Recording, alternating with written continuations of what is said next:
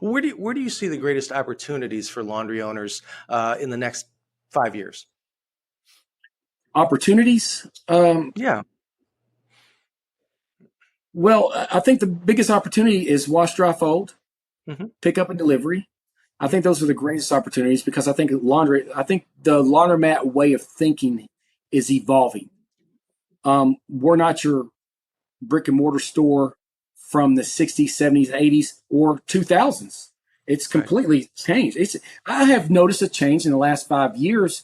It's unbelievable. So I think in this business, there is so much opportunity for a single operator that they wouldn't even need to even look to scale to buy more stores. They could scale with their wash, dry, fold, pick up, and delivery. That's where I see it going.